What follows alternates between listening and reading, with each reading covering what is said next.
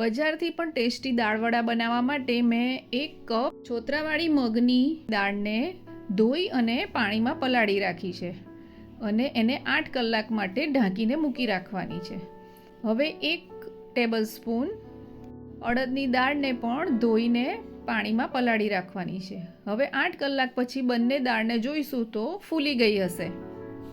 તો હવે આપણે એને આ રીતે છોતરા થોડા મસળવાથી નીકળી જશે, છૂટા પડી જશે. અને ત્યારબાદ એમાંથી બધા છોતરા આપણે કાઢી નથી નાખવાના, પણ એમાંથી અડધા છોતરા કાઢી નાખવાના છે ને અડધા આમાં રહેવા દેવાના છે. હવે તેને મિક્સરમાં વાટી નાખવાની છે. તો પહેલાં આપણે અડદની દાળ વાટીશું અને એની સાથે આદુ, મરચાં અને લસણ થોડું ચડિયાતું લઈ અને વાટીશું. મરચું તમે જે રીતના તીખું ખાતા હોય એ રીતના વધારે કે ઓછું લઈ શકો છો. તો આ રીતે અડદની દાળને એકદમ બારીક પેસ્ટ બનાવવાની છે અને એ પેસ્ટને બીજા વાસણમાં કાઢી લઈશું. ત્યારબાદ મગની ફોતરાવાળી દાળને પણ વાટી લઈશું. હવે આમાં અહીં એ ધ્યાન રાખવાનું છે કે આમાં આપણે પાણી નાખવાનું નથી વાટતી વખતે. આ જ્યારે પાણીમાંથી આપણે કાઢીશું ત્યારે એમાં થોડું પાણી સાથે હશે જ. તો જુઓ, મગની દાળની પેસ્ટ આપણે આ રીતના અધકચરી કરવાની છે. અડદની એકદમ પેસ્ટ કરવાની છે બારીક, અને મગની દાળની અધકચરી. એમાં થોડા આખા દાણા પણ મગની દાળના રહેશે, તો એ રાખવાના છે, એમાં વાંધો નથી. કારણ કે આપણે પાછળથી દાણા આખા પણ આવી રીતના ઉમેરવાના છે. કારણ કે આવા આખા દાણાથી દાળવડા ખૂબ જ ક્રન્ચી બનશે અને બહુ જ સરસ લાગશે. તો આ સ્ટેપ તમારે ચોક્કસ કરવાનું જ છે. હવે બીજી દાળ આપણે વાટવા લઈશું તો એમાં આપણે જરૂર પ્રમાણે મીઠું ઉમેરીશું અને ત્યારબાદ એને વાટીશું. હવે દાળવડા સાથે તળેલા મરચાં ખૂબ જ સરસ લાગે છે, તો આપણે એ પણ તળી લેવાના છે પહેલાં, અને તેના ઉપર સહેજ મીઠું ભભરાવી દેવાનું.